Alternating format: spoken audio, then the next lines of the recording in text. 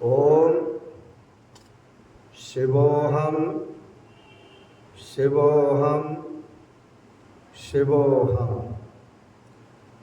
ओम सच्चिदानंद रूपाय विश्वोत्पत्त्यादिहेतवे तापत्रय विनाशाय श्रीकृष्णाय वयं नमः। श्रीकृष्णाय वयं नमः। ओम अखंडानंदबोधाय शिष्यसंतापहारिणे सच्चिदानंदरूपाय तस्मै श्री गुरवे नमः। तस्मै श्री गुरवे नमः।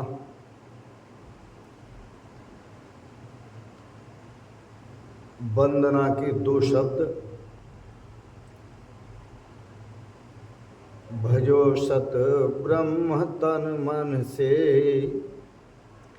भजो सत ब्रह्म तन मन से, यही एक नाम प्यारा है। भजो सत ब्रह्म तन मन से, यही एक नाम प्यारा है पूर्ण ब्रह्म परमेश्वर, वही सब कुछ हमारा है पूर्ण ब्रह्म परमेश्वर, वही सब कुछ हमारा है। नाथ व्याकुल होता तापों से, शरण जो आपकी आवे। नाथ व्याकुल होता तापों से, शरण जो आपकी आवे। लिया अवतार आकर के, मिटाया दुख सारा है। लिया अवतार आकर के, मिटाया दुख सारा है। कृष्ण श्री राम बन कर के, भक्ति के भाव में आए। कृष्ण श्री राम बन कर के, भक्त के भाव में आए। ध्रुव प्रहलाद मीरा ने प्रेम से जब पुकारा है। ध्रुव प्रहलाद मीरा ने प्रेम से जब पुकारा है। भजो सत ब्रह्म तन मन से, यही एक नाम प्यारा है। प्रभु व्यापक है कण कण में, सभी की आत्मा शक्ति। प्रभु व्यापक है कण कण में, सभी की आत्मा शक्ति। ईश का नाम तरनी है, ईश का नाम तरनी है। सभी भक्तों को तारा है, ईश का नाम तरनी है। सभी भक्तों को तारा है। प्रकाशानंद सूरज में या चंदा में तू है स्वामी। प्रकाशानंद सूरज में या चंदा में तू है स्वामी। ज्ञान यह ब्रह्म ऋषियों का, यही बस मोक्ष द्वारा है। ज्ञान है ब्रह्म ऋषियों का, यही बस मोक्ष द्वारा है। भजो सत ब्रह्म तन मन से, यही एक नाम प्यारा है। भजो सत ब्रह्म तन मन से, यही एक नाम प्यारा है। पूर्व प्रसंग में आप श्रवण कर रहे थे सप्तम स्कंध में, श्रीमद् भागवत के सप्तम स्कंध में भावा अद्वैतम सदा कुर्यात् क्रिया अद्वैतम न करहिचित। इस संसार में रहने वाले सभी जीव और खास करके मनुष्य मात्र के लिए संदेश है कि सभी में सदा भावा अद्वैत रखो। क्रिया में कभी अद्वैत नहीं हो सकता, क्रिया में सदा द्वैत होता है। इसलिए भावा अद्वैतम सदा कुर्यात्, क्रिया अद्वैतम न करिहिचित। गृहस्थ आश्रम मिला है आपको, सुंदर जीवन है, पति पत्नी मिलकर के सत्संग करें, बैठ कर के भजन करें, कीर्तन करें, प्रभु की सेवा करें, सुमिरन करें। यह जो मिला है जीवन भजन के लिए मिला है। श्रीमद् भागवत के अष्टम स्कंद को प्रारंभ करने से पहले कुछ पूर्वा अपर विचार करते हैं। श्रीमद् भागवत के प्रथम स्कंद में अधिकार लीला का वर्णन है। जिसको अधिकार होता है वही इस मार्ग में कदम रखता है। अधिकार के बिना ज्ञान शोभा भी नहीं पाता।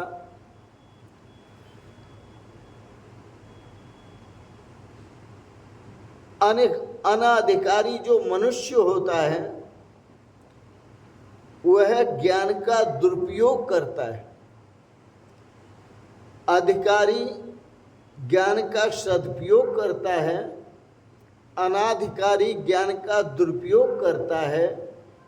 यह प्रथम स्कंद में बताया गया।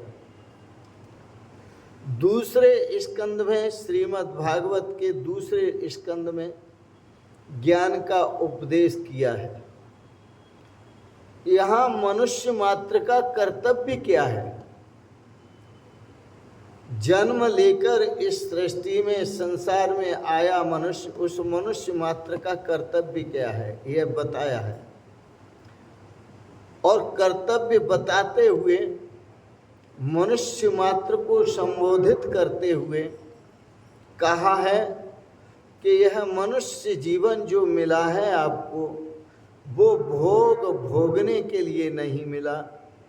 भगवान ने दिया है, भोग भोगने के लिए नहीं दिया है, ईश्वर की आराधना करने के लिए दिया है, ईश्वर को पाने के लिए दिया है।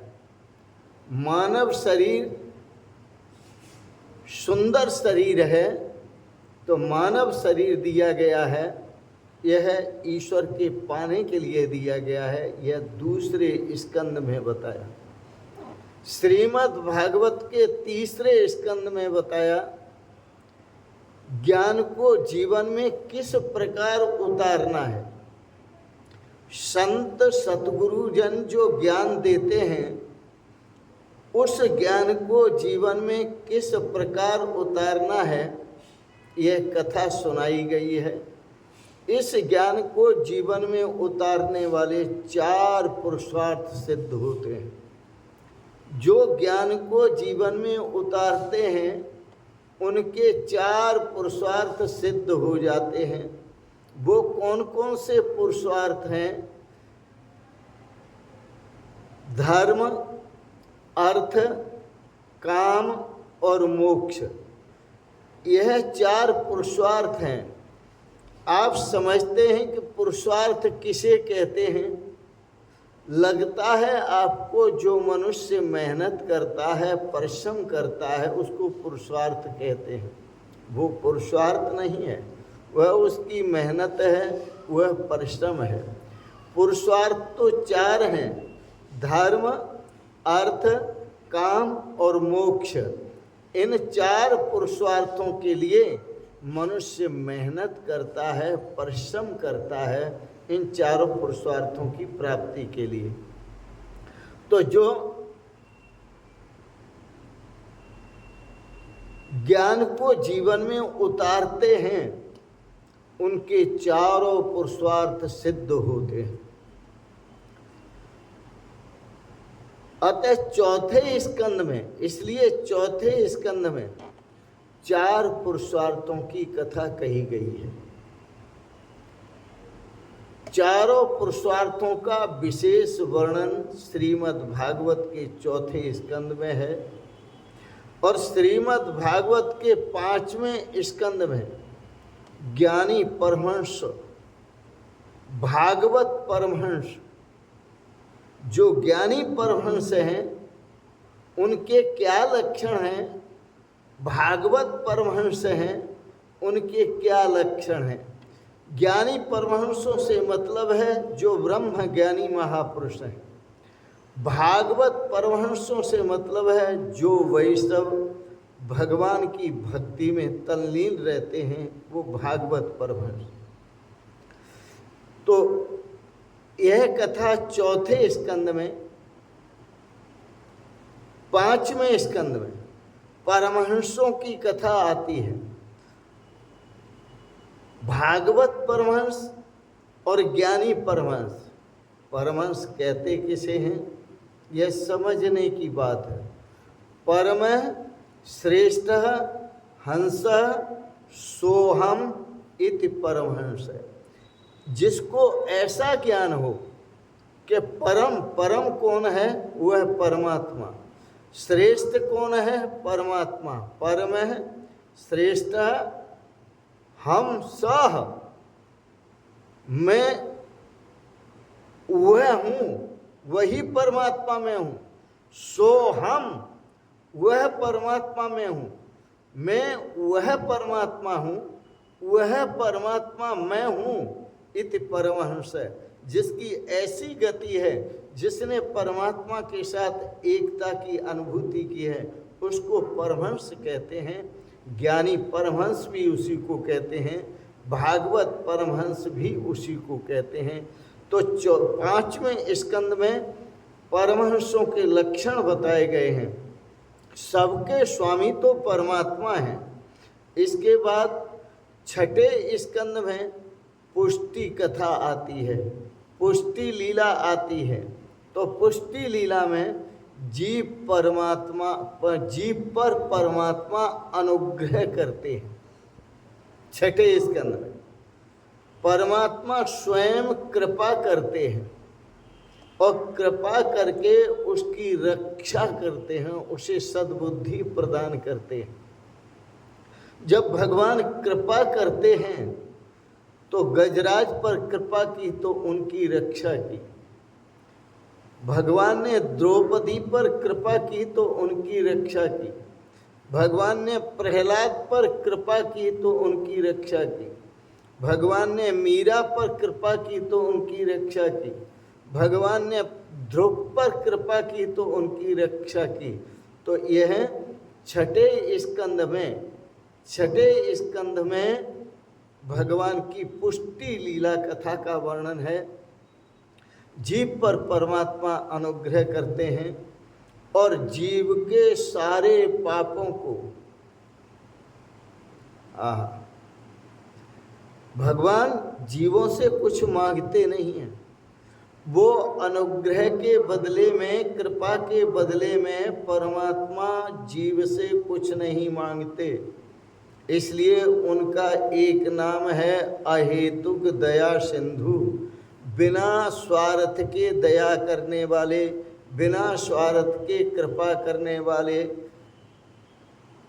परमात्मा बिल्कुल निरपेक्ष हैं। उन्हें किसी प्रकार की कोई अपेक्षा नहीं है। तो भी यह जीव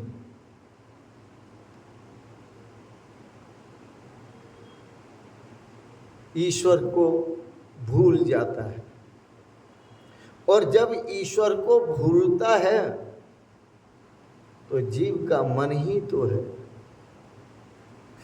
इस जीव का जो मन है, मनुष्य का जो मन है, वो अपने पापों के कारण अपने कल्याण स्वरूप परमात्मा स्वरूप को भूलकर और वह संसार के पापों में फंस जाता है।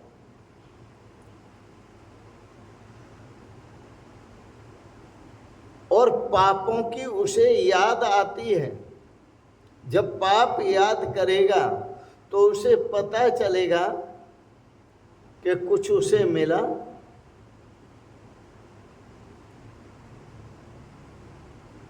और उस जितने भी उसने कर्म किए, जितनी भी उसने संसार में मेहनत की, जितना भी उसने परिश्रम किया, जितना भी उसने पुरुषार्थ किया, उससे क्या मिला, इस पर यदि वह विचार कर ले तो पता चलेगा कि जो कुछ भी मिला है वो मेरे योग्य नहीं है।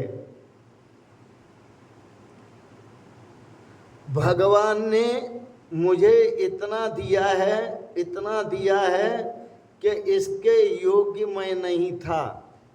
मनुष्य योनि दी सबसे सुंदर, उसमें 2 सुंदर आंखें दी, 2 कान दिए, 2 नासिका दी, मुख दिया, हाथ दिए। क्यों दिए? आंख से देख करके विचार करो।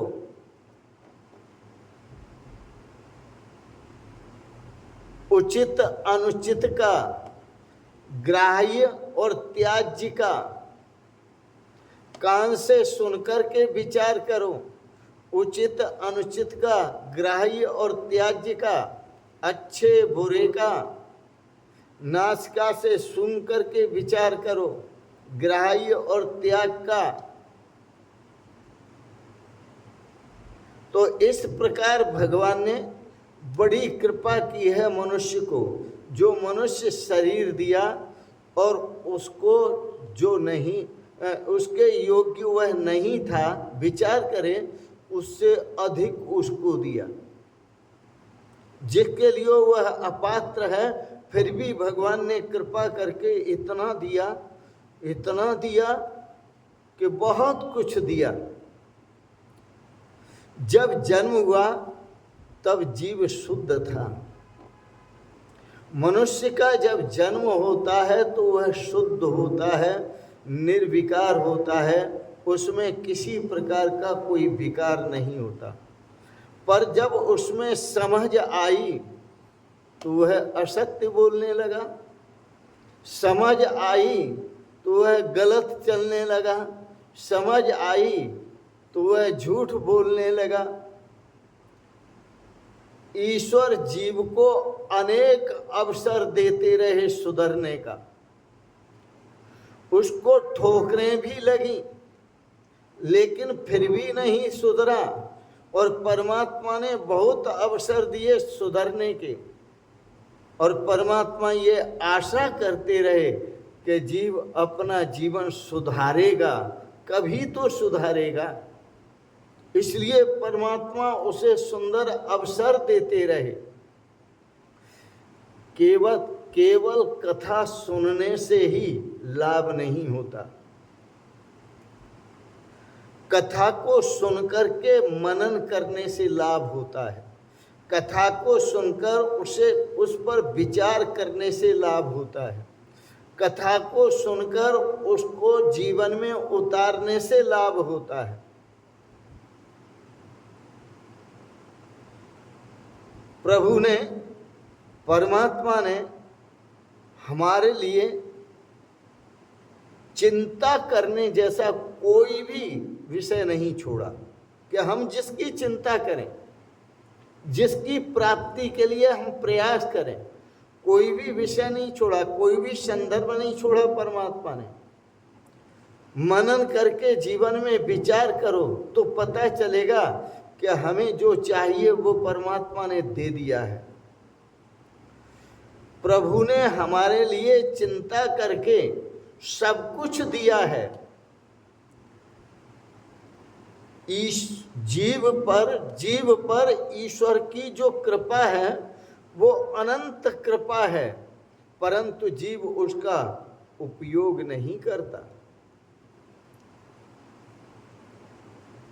पवित्र विचार करने के लिए प्रभु ने सुंदर मन दिया है, सुंदर बुद्धि दी है, सुंदर चित्त दिया है, मन दिया है संकल्पों के लिए, बुद्धि दी है विचार के लिए, चित्त दिया है चिंतन के लिए। तो परमात्मा ने सुंदर मन दिया है।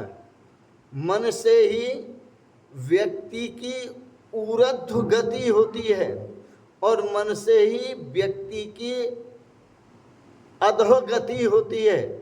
मनुष्य अपने मन से ही ऊपर उठता है और मन से ही नीचे गिरता है। जो मन की शक्ति है, जो मन की शक्ति है, तो मनुष्य उस शक्ति का सदुपयोग करता है तो उसका विकास होता है। और यदि अपनी मन की शक्ति का वह दुरुपयोग करता है तो ह्रास होता है। और मन की शक्ति का सदुपयोग करने से वह देव बनता है और मन की शक्ति का दुरुपयोग करने से वह दैत्य बनता है। मन की शक्ति बड़ी अद्भुत है। जब जीव ईश्वर स्वरूप में लीन होता है तो मन का विकास होता है। और जीव का जब मन संसार के विषयों में भटकता है तो मन का ह्रास होता है। इसलिए जीव को चाहिए कि वह सावधान रहे। ईश्वर तो जीव मात्र पर कृपा करते हैं और उसको उसकी पात्रता से अधिक देते हैं, अधिक देते हैं उसकी पात्रता से। 7वें स्कंद में भगवान ने श्री सुखदेव जी ने राजा परीक्षित को 3 प्रकार की वासनाओं का कथन कहकर सुनाया, कथन किया है, कथा सुनाई है। प्रहलाद जी की सद्वासना है, मनुष्य की मिश्र वासना है और हिरण्याकश्यप की असद वासना है। बद्धो ही वासना बद्धा मोक्ष स्यात् वासना क्षय। वासनाओं में बंध जाना ही बंधन है और वासनाओं से मुक्त होना ही मुक्ति है। आप प्रहलाद बने, सद्वासना में जिए। आप अभी मनुष्य हैं जो मिश्र वासना में जी रहे हैं। सद्वासना जिसके पास होती है उसको केवल और केवल भगवान चाहिए। जिसकी मिश्र वासना होती है उसको भोग भी चाहिए और भगवान भी चाहिए। और जिसकी असद वासना होती है उसको भोग चाहिए, भगवान नहीं चाहिए। मैं फिर कहूँ आपको, वासना के 3 प्रकार हैं। एक सद्वासना प्रहलाद की है, प्रहलाद को भगवान चाहिए, संसार के भोग नहीं चाहिए। मिश्र वासना मानव की है कि मानव को भोग भी चाहिए और भगवान भी चाहिए। असद वासना हिरण्याकश्यप की है, उसे भोग चाहिए, भगवान नहीं चाहिए। भगवान से कुछ लेना देना नहीं। आप अपना निरीक्षण करें और निरीक्षण करते हुए आप ये विचार करें कि आप सद वासना में जीते हैं या मिश्र वासना में जीते हैं या असद वासना में जीते हैं। इस पर विचार करें। आप पर छोड़ देते हैं विचार करने के लिए। आज इतना ही। आप प्रेरणा चाहें तो संत इतनी ही प्रेरणा देंगे। सदा आप सद्भावना में जिए, इसलिए कि भगवान का वचन है, जो सद्भावना में जीता है, योग क्षेमम वहाम्यहम्, उसका योग और क्षेम मैं वहन करता हूँ। तो भक्त को क्या चिंता है? निश्चिंत होकर भगवान की भक्ति करें, भजन करें, चिंतन करें, प्रभु का सुमिरन करें, प्रभु के स्वरूप का ध्यान करें। इसी में शांति है, इसी में सुख है, इसी में आनंद है। इन शब्दों के साथ ही आज के प्रसंग को विराम देते हुए बड़े प्रेम और श्रद्धा से भगवान से प्रार्थना करते हैं, भगवान आप सबको अपने श्री चरणों की भक्ति प्रदान करें और आप अपने जीवन में श्रेय और सौभाग्य को प्राप्त करें। सपरिवार आपको बहुत बहुत शुभकामनाएं, बहुत बहुत आशीर्वाद, बहुत बहुत प्रणाम प्रणाम प्रणाम। शिवोहम शिवोहम शिवोहम।